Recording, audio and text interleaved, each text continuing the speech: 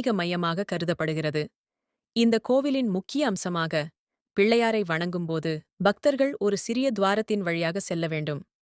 இதன் மூலம் பக்தர்களின் உடல்நல குறைவுகள் மற்றும் மனச்சோர்வுகள் நிவர்த்தியாகும் என்பதில் நம்பிக்கையுடன் உள்ளனர். துவாரத்தின் சிறப்பம்சம். துவாரம். கோவிலில் உள்ள துவாரம் மிகவும் சிறியது. இதன் வழியாக நுழையும்போது பக்தர்கள் வளைந்து செல்ல வேண்டும்.